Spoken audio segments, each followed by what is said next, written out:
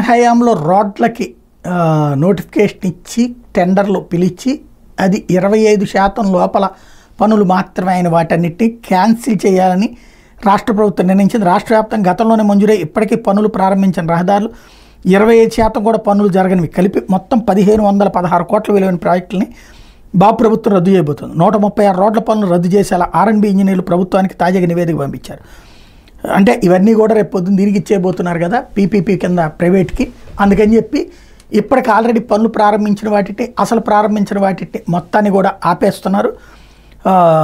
ఇది వాస్తవంగా ఇదివరకు ఇదే జరిగింది. జగన్ వచ్చిన తర్వాత అమరావతి ప్రాంతంలో లేదా రాష్ట్ర వ్యాప్తంగా తెలుగుదేశం హయాంలో ప్రారంభించినటువంటి పనులు 25% లోపు ఉన్న వాటిని సాంతం రద్దు చేయడం, 70% పైన ఉన్నాయి మాత్రం పూర్తి చేయాలనుకున్నారు.